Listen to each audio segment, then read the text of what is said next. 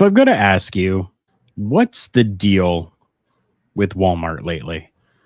I just went up to Walmart and I was looking for different things. And I go to different sections within the store, whether it was the egg section, the pop section, the meat section, whatever it was. I went to several sections and they were nearly empty. So today I went over to No Frills, kind of the budget style type of grocery store within our Right. city. And they have everything. What's the deal? Like, Walmart is a large conglomerate, more large than No Frills is.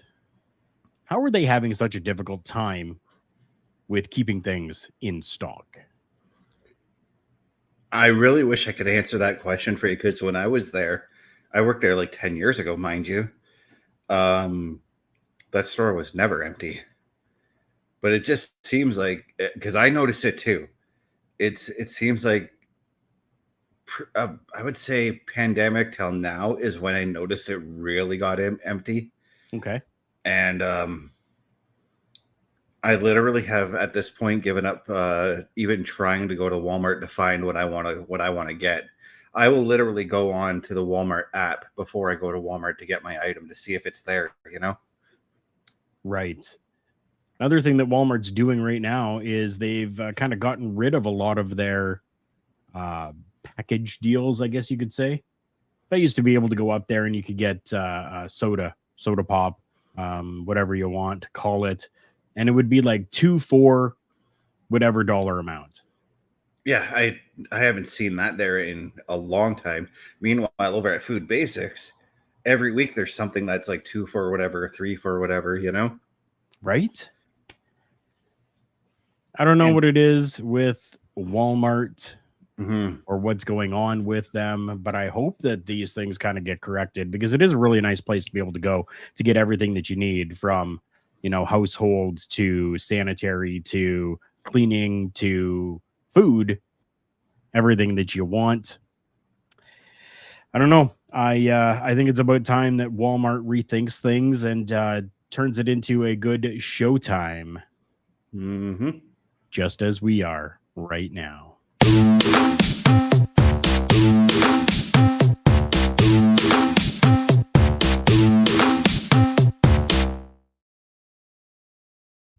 It is Showtime. I am Carl Carafel.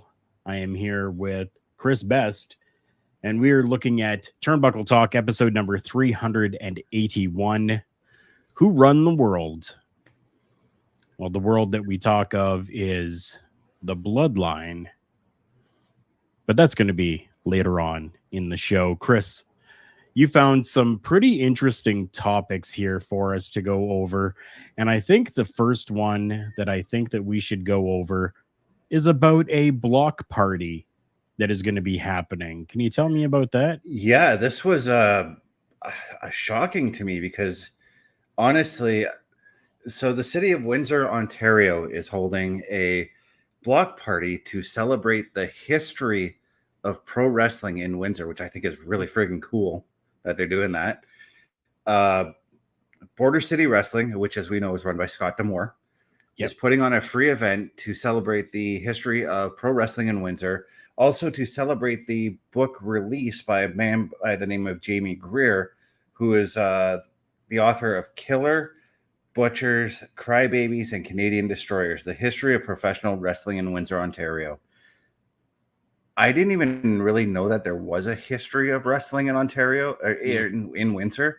I only knew of Border City Wrestling, and I know Border City Wrestling is actually a pretty recent promotion. Yeah. But already I'm telling this guy, take my money, because I kind of want this book. I kind of, you know me, I've been trying to get the history of pro wrestling in Ontario as a whole. So like this book could help me out with that. Right. Yeah, it definitely could. What are some of the names that you were able to find that have come through Border City Wrestling, and why these names make it such a historic thing for Windsor? Well, I mean, obviously we've got Scott D'Amore, who went through there. Two WWE Hall of Famers. One's escaping me right now. The other one is Killer Kowalski. Andre the Giant went through, spent some time in Windsor. Back in 75, he wrestled there. The other name you're thinking of is Abdullah the Butcher. Yeah, I should have known that, considering I'd just seen an interview with Devin Hannibal on YouTube the other just this afternoon. So right. But he he talks about how he wrote this, and it was supposed to be just a fluff piece in like Windsor's newspaper. And as he was writing it, when he finished it, he ended up with 700 pages. And he's like, okay, I got to turn this into a book. I didn't realize how deep the history of wrestling goes. This guy went to everyone. He went to the wrestlers who are still living, who were wrestling there in the 30s and 40s, went to their kids, went to their grandkids to get all the stories that he could. But oh my God, I need to get this book. I really do. And I want to go to this event. Right. Because it kind of makes me want to start diving into the history of pro wrestling in our city, because our city actually does have a deep pro wrestling history as well. Oh yeah, it definitely does. Some of the other names that Border City Wrestling has brought in have been like Bret Hart, Kurt Angle, and even for one appearance, The Rock, Dwayne Johnson, has shown up and performed for Border City Wrestling. Yep. I'm actually looking at a picture of him at a BCW event with one man that we recently were with, D'Lo Brown.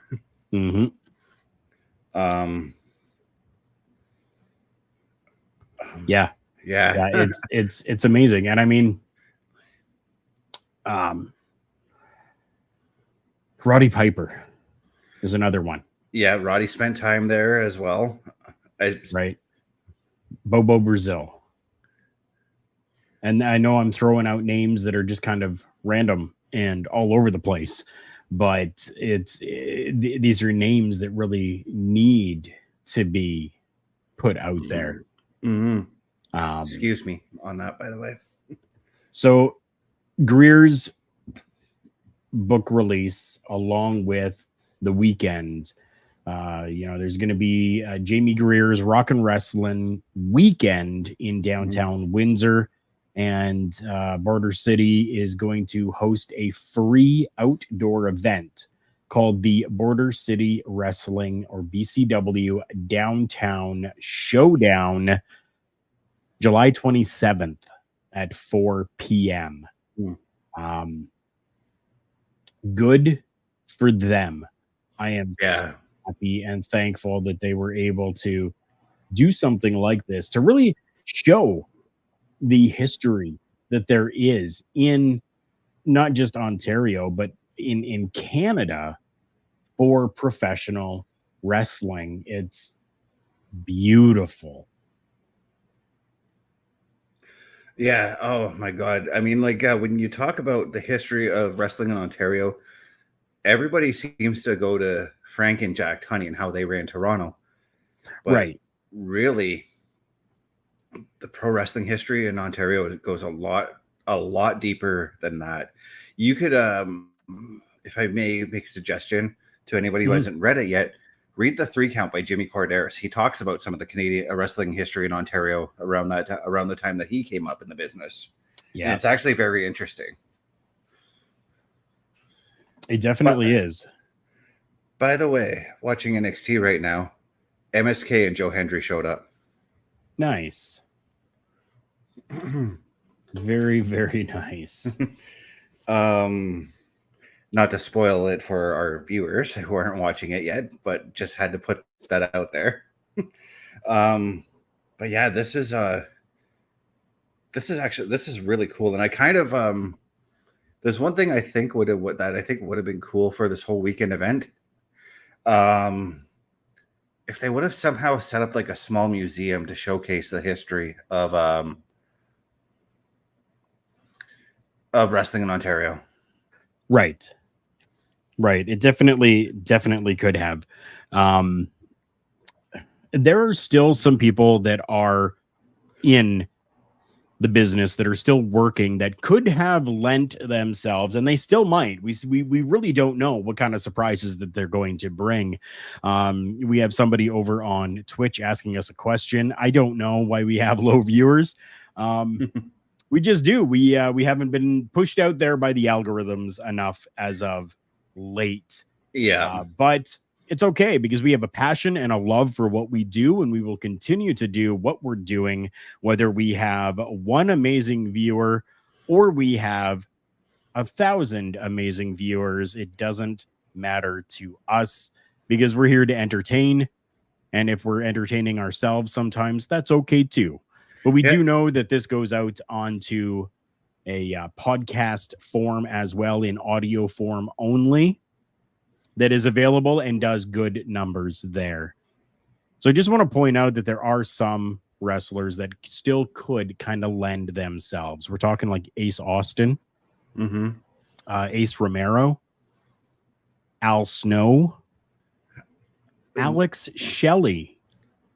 We're talking wrestlers from the Windsor area, and there's...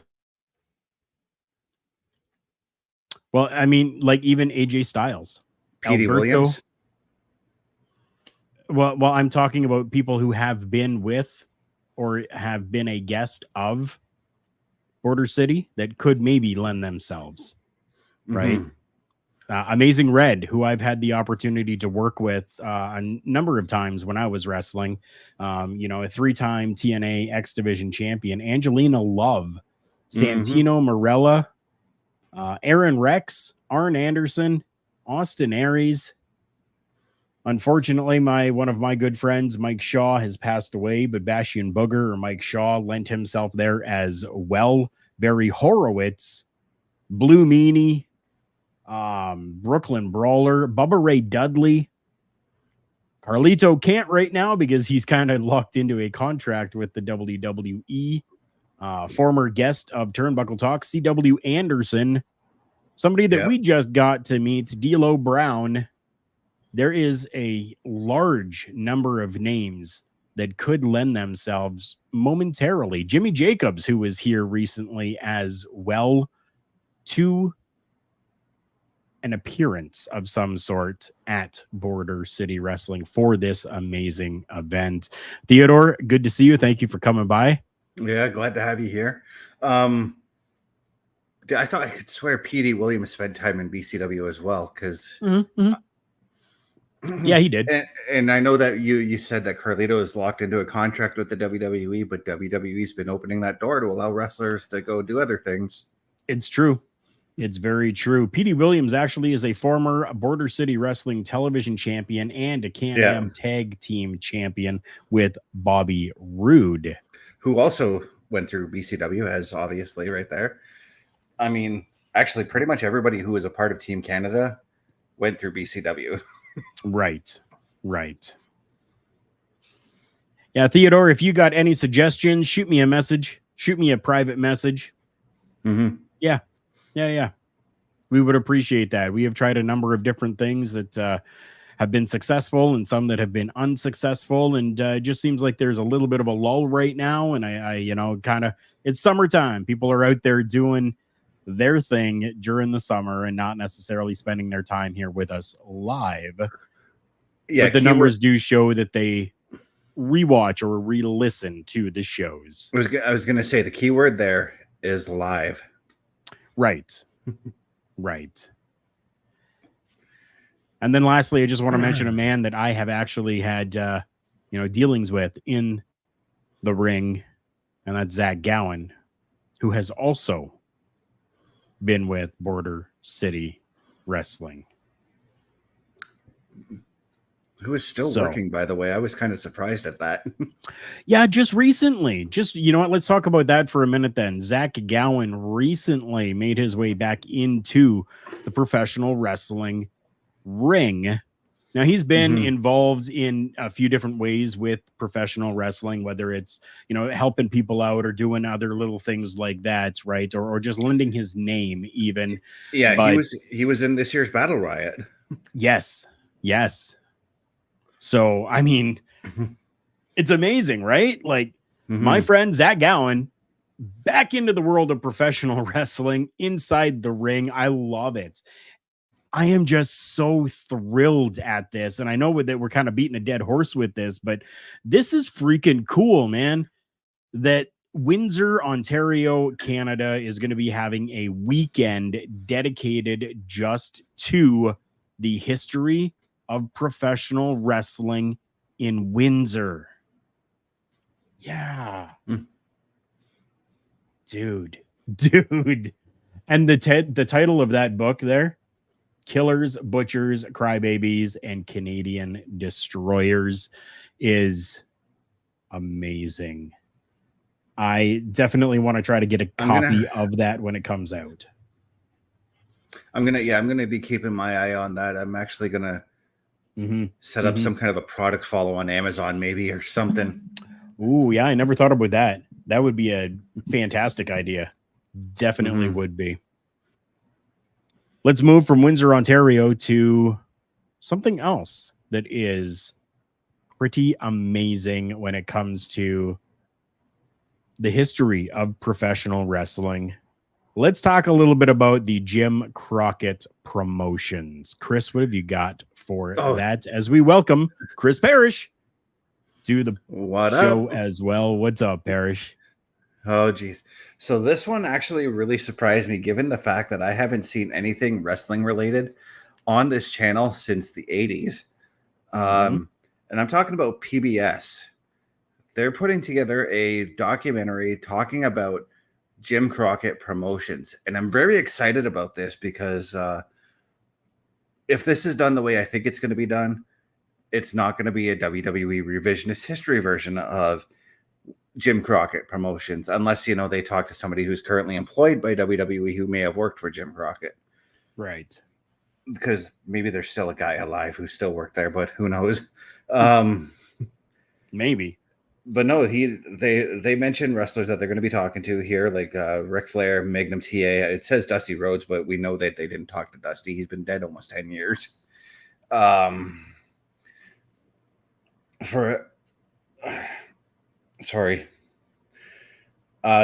duo director, it's also going to be directed and co-produced by Cliff Baumgartner and Chris Lea. They're going to be doing interviews talking about the documentary coming up too. No, I don't see a release date here in this article though, too. As I see, it's called When Giant. Okay, I found it. It's called When Giants Walked Here. It will premiere August 8th at 10 p.m. on PBS North Carolina. Right. But that's who's premiering the documentary. Yeah, it's going to be on other PBSs over time. But it will be available to watch directly after it airs in PBS North Carolina via the PBS app. Right. Which I didn't even know they had an app, so I might have to get that. Oh, yeah, they do. But no, this actually surprises me because, again, like I said, I haven't seen wrestling or anything wrestling related on PBS since the 80s. Right. And that might have been maybe seeing Hulk Hogan on Sesame Street or something like that. Right. Of course. But, and a lot of the times when it came to PBS, there really wasn't any professional wrestling action per se that was happening. It was more appearances or guest spots per se. Yeah, like when it came to wrestling and PBS. Yeah, like it might have been Hulk Hogan doing something with Big Bird or Macho Man appearing on Mr. Rogers or something like that, I think I would have loved to have seen that. Macho Man on Mr. Rogers. Right. That would have been awesome. It's a beautiful day in the neighborhood. Ooh, yeah. Right? Like, damn, that would have been fantastic, man. I have to watch this because of Ric Flair. I became a fan of Jim Crockett wrestling. And, my first exposure to it was actually, and I've said this before, was the first Clash of the Champions. Okay. That was like what, 87, 89? 88. Same night as WrestleMania 4. I was close. They did. They 88. put it. Yeah. They put it out. They did that so that they can compete against WrestleMania 4, and they put Sting and Ric Flair in the main event that night. So of course that's going to beat out Macho Man and Ted DiBiase. Well, yeah, of course. Of course. Why wouldn't it be? Right. Even though, well, actually, nobody knew that Macho and Ted were going to headline WrestleMania. So, right, going into that show. But no, this, yeah, I can't wait already. I need to watch this. So, for those who don't know who these two people are, Cliff Baumgardner is an award-winning filmmaker and a best-selling author. He actually is a North Carolina native, and his work focuses on stories of the American South and all of its complexity. Three-time Emmy Award winner and producer of the Edward R. Murrow Award-winning documentary podcast, Follow the Truth. When Giants Walked Here is his first feature film. Mm-hmm.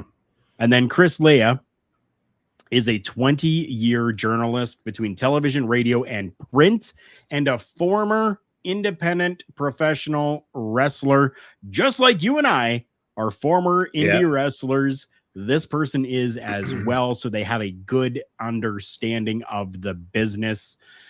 He's one of 3 North Carolina Sportscaster of the Year nominees, 2-time Emmy nominee, and an Edward R. Murrow Award winner for the original documentary Ghosts in the Stadium. And he worked and held numerous championships for different companies around the state of North Carolina. So it's not like these two are just guys that are coming in going, I've never seen a pro wrestling match in my freaking life, but let's do a story on Jimmy Crockett Promotions. Right? These guys actually know about the business. Yeah. I mean, just seeing that they grew up in the Carolinas, during the 70s and 80s, you could not escape wrestling. No, not at all. Not at all. Now, if any of you are in the North Carolina area, at the Rialto in Raleigh on August 6th at 7 p.m., Baumgartner, Lea, and a select cast members will be available for a Q&A following the film. And anyone wanting to attend can register for free tickets at pbsnc.org. pbsnc.org.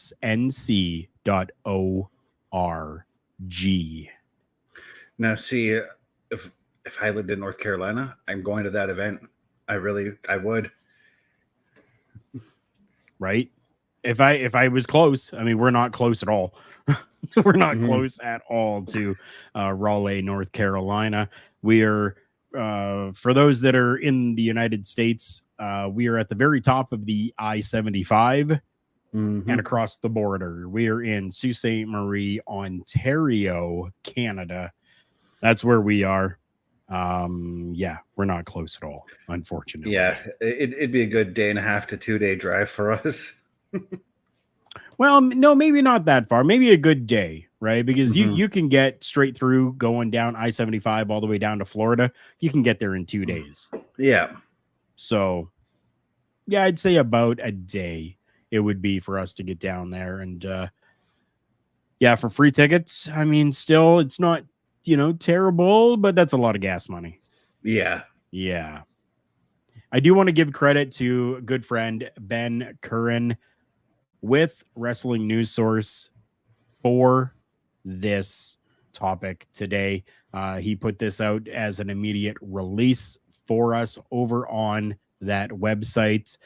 Ben has been exceptional when it comes to his work and even allowing us to use quotes from his articles. He has been amazing with that, and I just want to say thank you to Ben for that.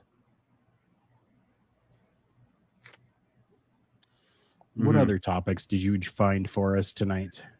Well, I did find one that kind of ticked me off, as it were. Okay.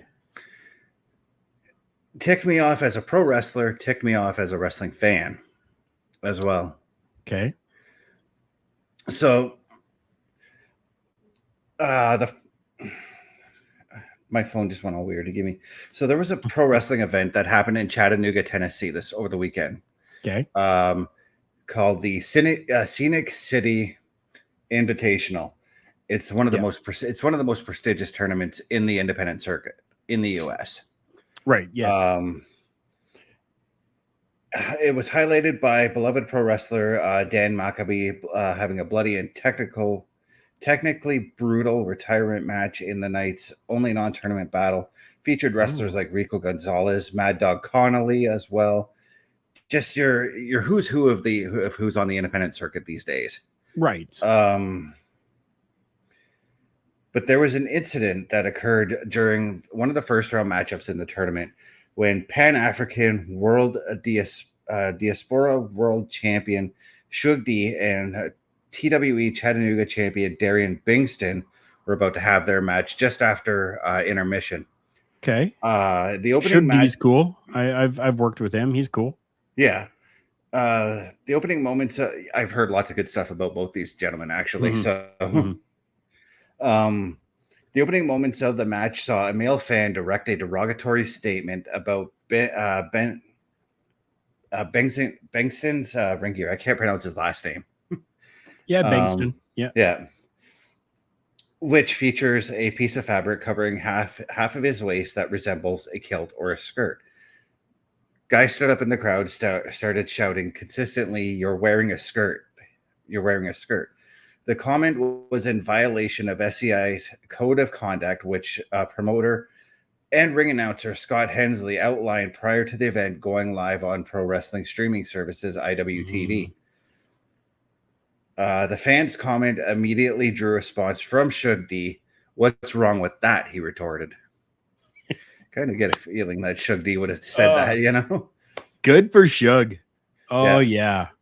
Both wrestlers then turned their focus back to the match, but the fan just kept going and going and going, making comments about Bengston's attire. His conduct drew the attention of Matt Griffin, who is the founder and promoter of Georgia-based Action Wrestling, who regularly helps run SCI. Action is also the presenting promotion of the Action Futures tournament that takes place during SCI weekend. So he was there doing another event at the same time. Okay, gotcha. Yeah. According to Griffin, he approached the fan and asked him to stop making comments about Bengston's attire.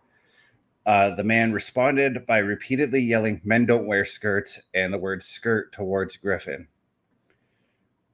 He just kept yelling "skirt, skirt, skirt" at me like it was meant to be something derogatory, Griffin told Outsports. There were several LGBTQ fans in attendance, including himself, who also expressed annoyance at the man's comments. The fan's family told the guy multiple times to stop making comments, to no avail, to just sit down, shut up, and enjoy the show, you know? Wow. But his comments switched from slur adjacent to straight up hate speech. He asked if the gentleman was liberal and said the word tranny real quiet as he finally sat down. One of those chicken shit kind of comments, you know? Right. At that point, Griffin informed the fan that he was being ejected. He was being kicked out. Good. Yeah. From the event, and he was removed from the building after initially refusing to leave his seat. The scene, however, got more volatile. After the man left the building, he attempted to escalate the situation as Griffin, a collection of wrestlers and personnel working the event, and members of the TWE ownership followed him out. According to Griffin, the man tried to pick a fight with him, repeatedly directed the transphobic slur at him, and insulted a pro wrestler, Jameson Shook, who helped defuse a previous incident of transphobia at the TW Arena last year. So according to multiple sources, Shook had to be restrained by multiple individuals after the fan asked how he, a Christian, could support LGBTQ people. Law enforcement was called to the scene, but it is unknown currently if a police report had been filed. Wow. The fan left without the situation turning physical. Yeah. That's insane, man. Yeah. I mean, and I'm thinking about this, and I thought to myself about the incident that we nearly had at the CWE show during the Too Cold one. The fan that tried to get involved in the title match. Oh yes. Oh yes. Tried getting into the ring. Didn't just verbally abuse, as it appears this person had done. This transphobic person, I guess we could say, was really just throwing out all of these comments, right? And just totally uncalled for. Now I get, if you're going to try to involve yourself in a professional wrestling event, maybe you need to just respect some certain things. And especially if this was something that the promoter had like hammered down, whatever, right? Said at the very beginning, this is stuff that we will not tolerate, but then it's happening anyways. Yeah, is terrible. Terrible. Right. Do I forgo? Good to see you. Thank you for coming by. Really appreciate that. We're getting lots of people coming in here right now. Charlotte 90, thank you so much for coming by as well. It is good to see you. Everything is well and good here when it comes to Turnbuckle Studios and this show, Turnbuckle Talk. We really appreciate each and every one of you that are here. Lewis Smith, how you doing? Good to see you here as well. Very thankful for everyone that is here. And we got a large number of people that have joined in and come across. We are looking at 17 people right now as I'm looking on. We'll try to keep track of everything as we go over on Twitch right now. We got 17 of you here, and that is amazing. We thank each and every one of you. And if you would like to follow us, we do lots of different programming here on Turnbuckle Studios Twitch page, from pro wrestling to games to film talk, even. Like, we do a lot of different things. So we really appreciate each and every one of you. And to people, to the ones in the chat that are saying check your Facebook messages, we are seeing the Facebook messages, but we use our phones to read off to read and talk about our news stories. So it's a little bit difficult to do that. Right. And so I've been doing this for quite a while. I've been doing this game since 2015, and nearly 10 years now, man. Wow. That's why I said the other day, because I was still in college when you started Turnbuckle Studios. Had I have known, I would have gotten some professional gear for you guys to do some shows. Wow, nearly 10 years. Damn. Theodore, thank you so much, my friend. I really appreciate you. I did get your message on Facebook, and I did reply to you. I see that you have no, you haven't seen it as of yet, but I'm having people tell me that you were the one that has sent them over here, and I appreciate that greatly. See, I've been doing this for going on 10 years, and I absolutely love it. I'm not going to stop doing what I'm doing, but this is amazing to have 17 of you here. I work everything. So I work literally everything. I'm trying to keep track of this, doing Facebook, checking stories, reading stories, talking to you, clicking buttons here, clicking buttons there. It's amazing. It is amazing. So, Theodore, if you are still in here with us, we do see it. And I thank you. Now, in my podcast history, I've only been a part of this side of the podcasting thing for almost 2 years. Right. Prior to that, I did have another pro wrestling podcast that didn't really go anywhere, but I do a lot of game streaming over on my channels. That's right. And yeah, if you are into video games and, kind of watch a video game, that's what a lot of Twitch is. A lot of Twitch is, people playing the video games. make sure that you are following Mr. Chris Best over there on his Twitch. It is CBRS_entertainment.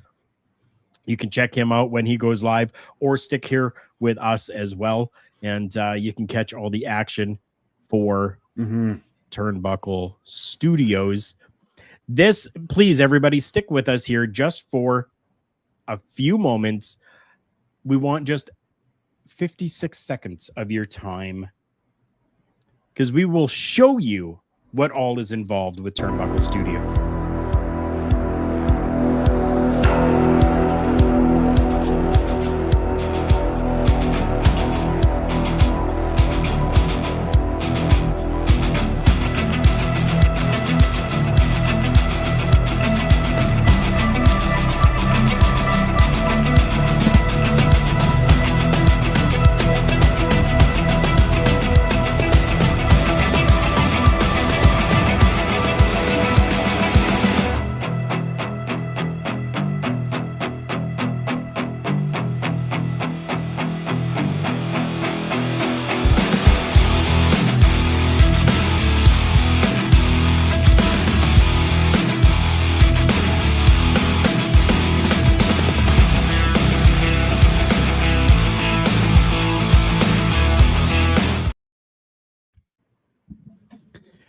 So I'm not going to lie. I have been somebody that is transparent with absolutely everything that I have done in the world of podcasting and video casting. This is the most amount of people that we have had at one time for this show. I was getting a little bit emotional, so I had to go to a commercial because this is insane right now. I'm blown away. Theodore, thank you so much. Yeah. Wow.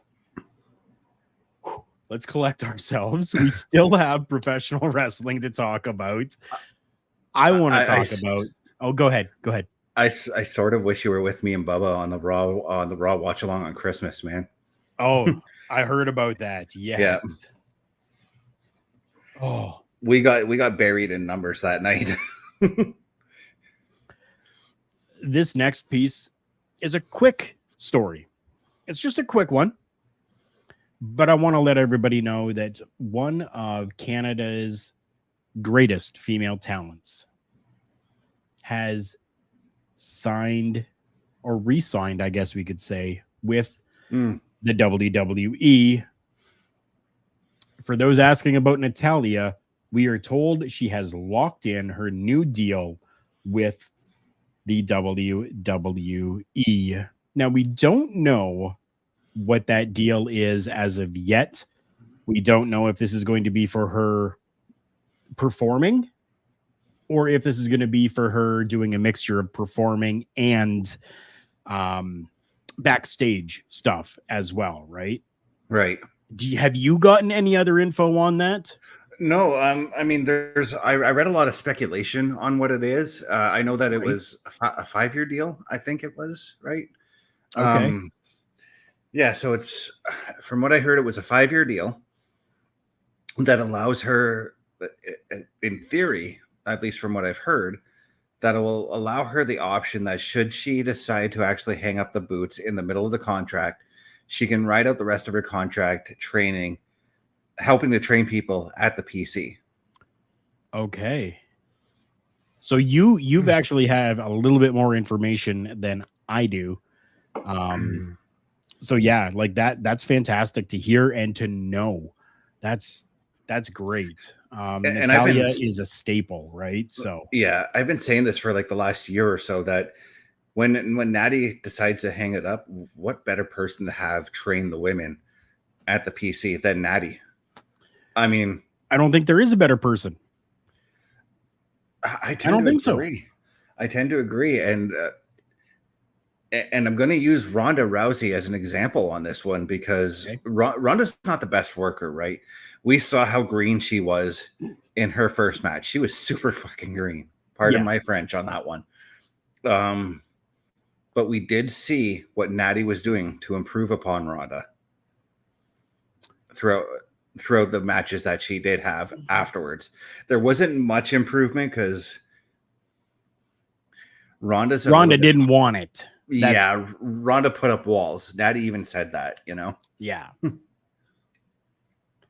Yeah, she definitely did. No, good for her. Mm-hmm. Good for her. That's fantastic. And I'm happy that the WWE was able to secure this and come to an agreement with her. She's staying with the WWE. And for that, I'm happy. Mm-hmm. And I know that one of our other cohorts here with Turnbuckle Studios, one Mr. Bubba Duke, will be happy with that news as well, because he is a fan. He is a huge fan of Natalya. Yeah, I kind of get the feeling that if Natty ever did a CWE show and he can't make it, I wouldn't know why. I know he would try his hardest to come, but he'd come to one of us and say, "Hey, if I give you some money, will you get me an autograph of Natty?" Right. So you have a story that you had sent to me, and I'm pretty sure that you wanted to talk about this.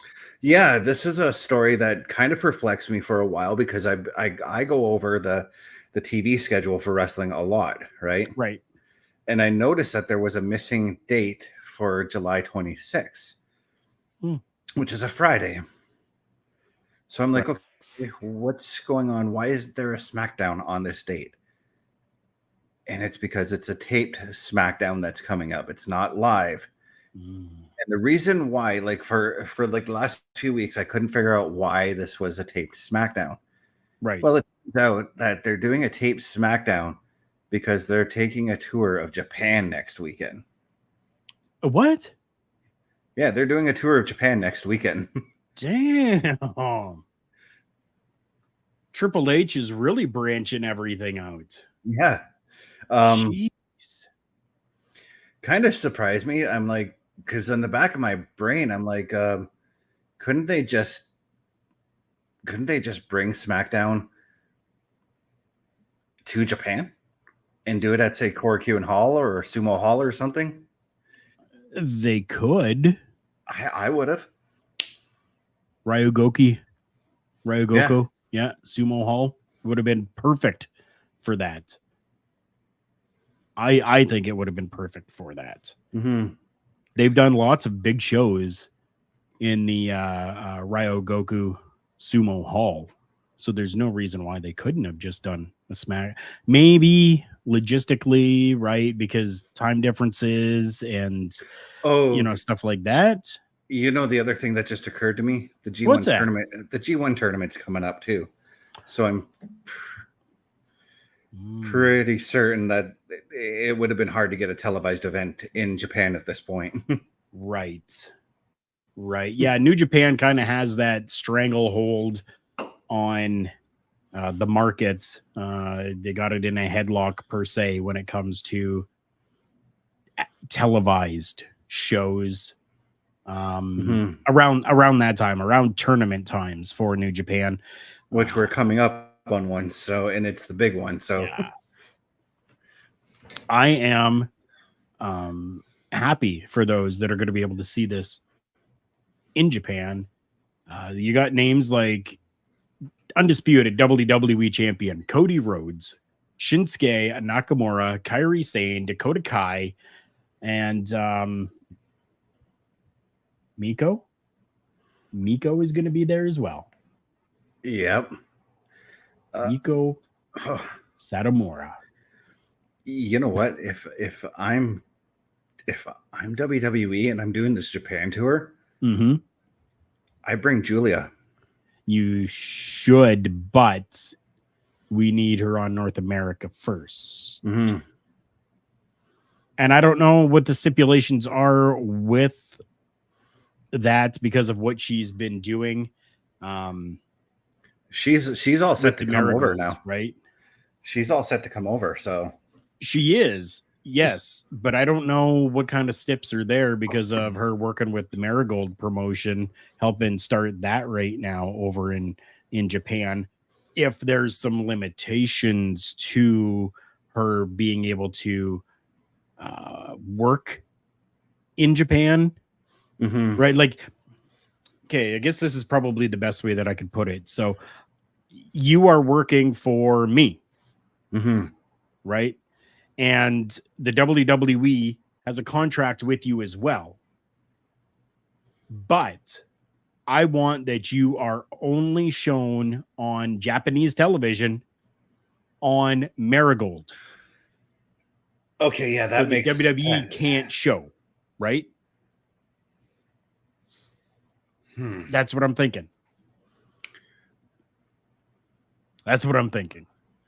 Yeah, I don't know if that's the case, but business-wise, I have ran businesses. I have run a professional wrestling business.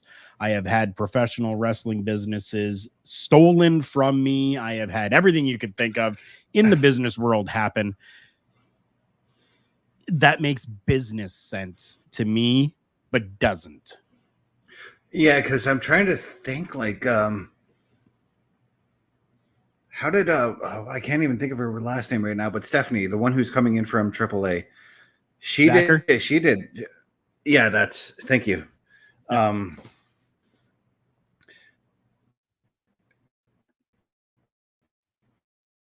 Did you freeze up on me, or you did? Technology, people, it happens sometimes. Events for WWE over the weekend in Mexico. Yeah, it tech happens. I did freeze up, and I froze up slightly again there.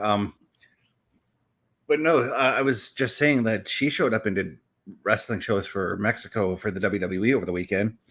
Right. Then I realized to myself, the videos and footage I saw wasn't from WWE. It was from fans in the audience. Yes. That's exactly. I was going to say, I saw it all over socials, but it wasn't WWE socials now that I think about it. Nope.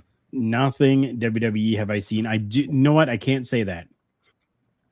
I think that they were showing something on WWE programming about the WWE in Mexico and showed Vacker from the rear going out through the curtain.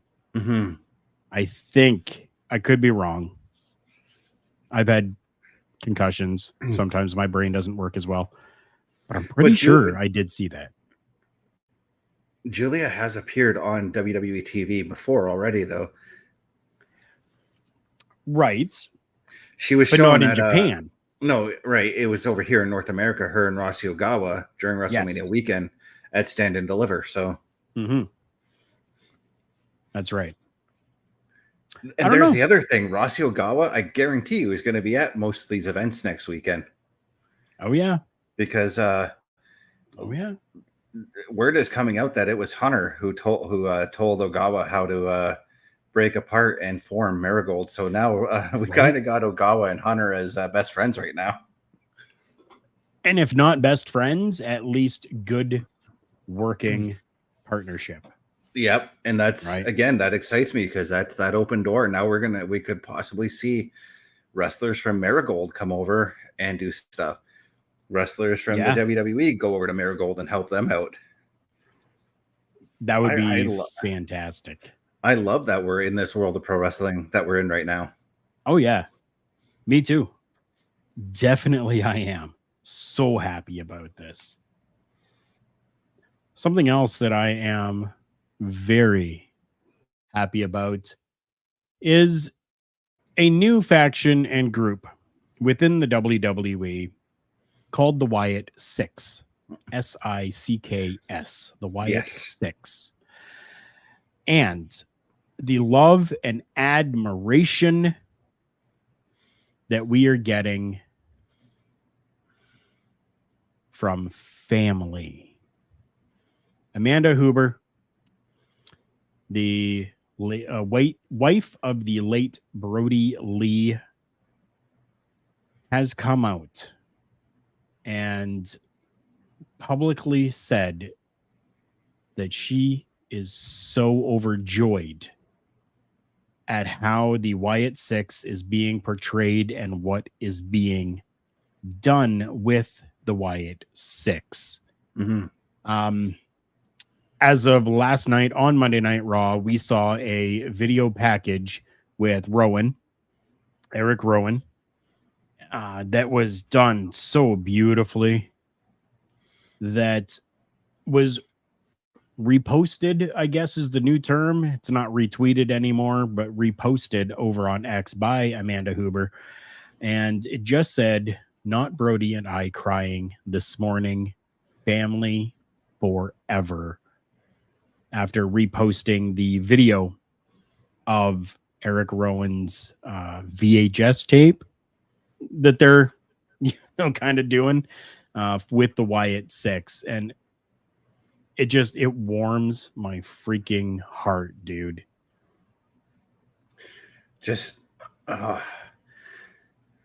went back and rewatched that promo last night and again this afternoon. Frig, does it ever break my heart? Just because I thought we were getting Rowan the character last night, but we got Rowan the person in that promo last night. We did. And so if those of you that are watching have not seen, because you're maybe not a fan of professional wrestling or have watched professional wrestling, go to X and look up at WWE. You will see that there is a little video there that it's post. It has 2 purple hearts with a VHS tape and a video underneath it. Click on that video and watch that. And you can see the emotion that is in there. And I noticed that when because he was invited to do the Bray Wyatt stuff after Bray passed away, and I saw the exact same emotion on Rowan's face last night that I saw at that tribute and at the Brody Lee tribute too. Yes, which he touches on in this little promo package that they do. He touches on how he lost brothers in Bray Wyatt and Brody Lee, and it's so amazing to see how the WWE is taking and portraying all of this, and the cinematography that's being done, the video editing that is happening in it, the changing of the voice structure at times, the lighting to everything that's going on in it. It's amazing. You know what that promo made me want to do after last night? So in college, we used to do screenings for all our short films when we were done them. Right. And we always, if there was one film that intrigued us, we always would wait till after the screenings were done and then go and corner who made that film and try to pick their brain.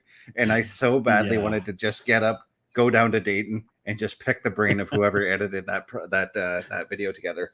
Right. WWE production crew, 100% for sure. 100% for sure.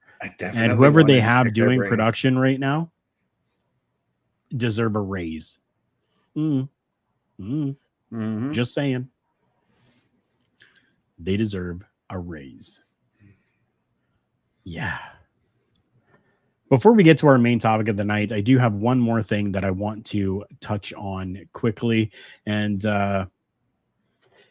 we've talked a little bit about the Motor City Machine Guns, Alex Shelley and Chris Sabin, who have worked in TNA for many years.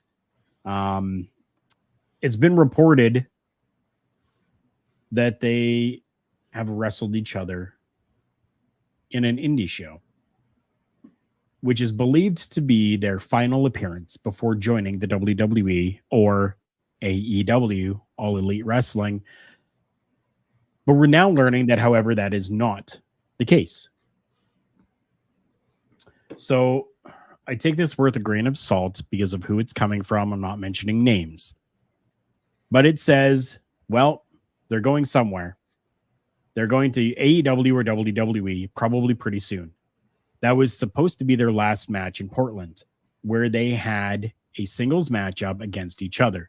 But They're booked for a show in August against Evil Uno and Stu Grayson. So that wasn't their last indie show, but presumably they're going somewhere soon. What do you think about that? I don't even need to guess who even said that based off the wording of that article. Yeah. I get a feeling it's a certain uncle that said that. Yeah. We can discuss it afterwards. We can discuss Dave afterwards.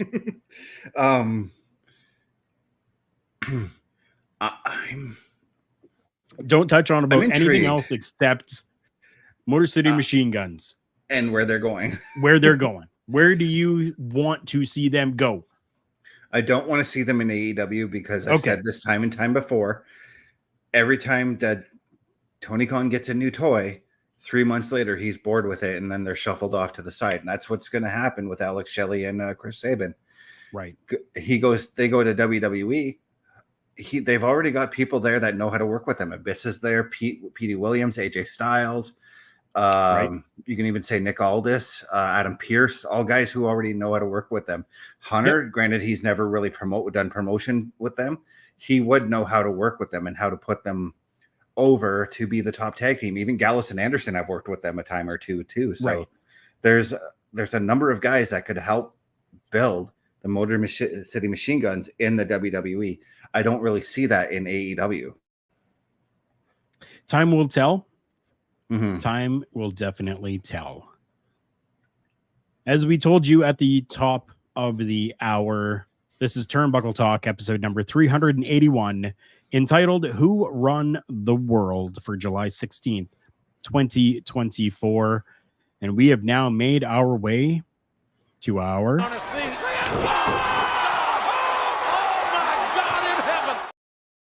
Showstopper segment.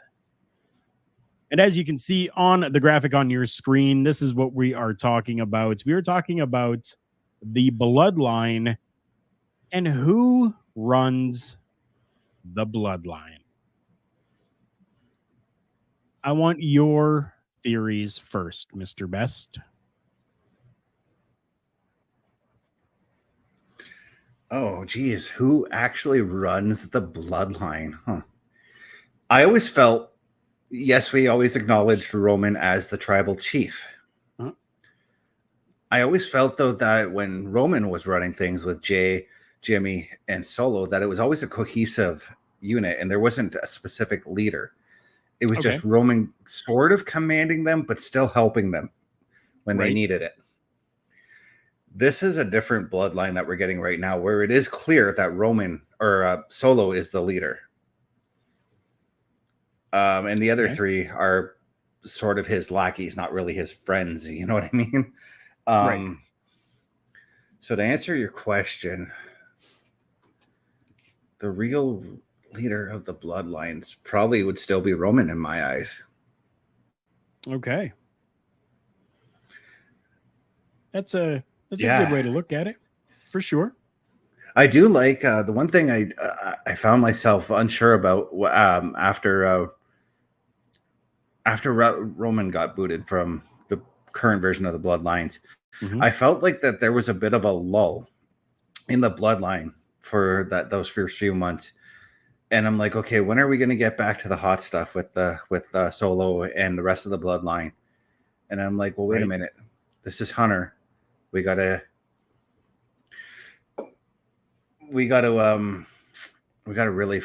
follow and listen to what Hunter's doing. And Parrish, he probably didn't really get the boot, but that's just what I'm using as a term right now. Right. So here I now see where we're going. I now see where we're going with it, and the rocket necessarily hasn't been attached to Solo, and I kind of like that. Okay. Here's my take. Strap on your tinfoil hat and get ready for this conspiracy. This new incarnation of the Bloodline with Solo, the Gorillas of Destiny, and Jacob Fatu, is being run remotely. Now, when I say being run remotely, we have a face that is there that is doing all the talking, but someone behind the scenes is being the puppeteer and pulling on those marionette strings. We were going to have an anticipated greatly Roman Reigns taking on The Rock that never came to fruition. So who better to run this group of the new bloodline and be that puppeteer than The Rock, who can then come in after Roman Reigns makes his return to the WWE just to say, step aside, Solo, for the true head of the table and tribal chief is here and will assert his dominance and show Roman Reigns that even without him, he was still able to run the bloodline.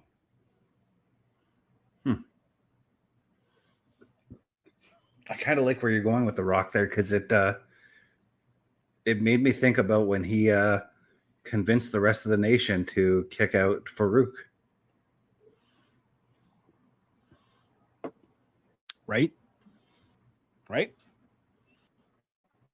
Does this not work, though? And now that I'm thinking of it,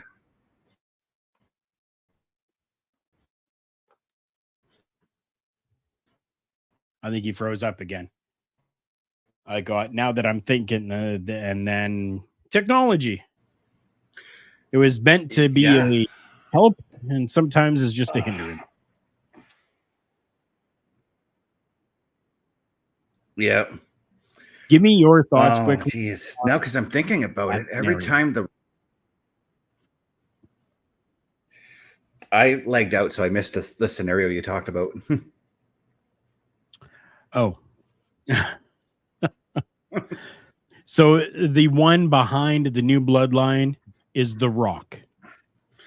Oh, yeah. No, I totally see where you're coming from. Because again, when he joined the nation, there was that power struggle because Farouk didn't really want The Rock in the nation, but The Rock was starting to get more popular than Farouk, and everybody was starting to like him. And Farouk got the old heave-ho. And took over the leadership. And let's face it, every time The Rock has joined a stable or been kicked out of a stable, sooner, not too long after, that stable would be disbanded. Right. It definitely is something to think about. I want each and every one of you that are listening to this to go over to our socials and leave us a comment on what you think about The Rock being the one behind the new bloodline just to get at Roman Reigns and show that he is the true head of the table. Follow us on Facebook at TB Talk Pod. Follow us on X at TB Talk Pod. And follow on Instagram at Turnbuckle Studios. Chris, where can the people find you on the socials? All right. So you can find me youtube.com at CBRS Entertainment, twitch.tv CBRS_entertainment, threads.net at CBSFilms83, facebook.com Chris.best83, tiktok.com CBRS.entertainment. Jenny, it's being worked on. Definitely it is being worked on. I only have so much time in a day working 2 jobs doing this as well. And, it's sometimes takes a lot. That is where you can follow Mr. Chris Best. I have made things real simple for everybody. Go check out my link tree, linktr.ee/Carl Carafel. That is linktr.ee/KARLKARUFEL. I want to thank Theodore. Oh, go ahead. Sorry. We got a question from Bubba, who's asking you if this run to does this run to WrestleMania where Yes. Roman versus Rock for the head of the table? Yeah. Yes. It's already seems clear that that's where they're going. Either that or we're getting Cody and Rock at WrestleMania next year. Right. Want to thank Theodore for your help with us tonight and pulling in a bunch of people and new faces for us. I appreciate you greatly for that. Marie, T Great, Bubba, Jenny, checking out some other names here. Mr. Chris Parrish, we love you, brother. DY4Go, thank you. Lewis Smith, thank you as well. Charlotte 90. So many new names and new faces here, and we welcome you all to stay with Turnbuckle Studios. This engagement has been fantastic tonight, and we would love to have you back, whether it is on a Monday, Tuesday, Wednesday, Thursday, Friday, Saturday, or a Sunday, when we are doing a lot of content here. For Mr. Chris Best, for myself, Carl Carafel, and for the rest of the team that we have here with Turnbuckle Studios, thank you for watching, and we will see you on the next one.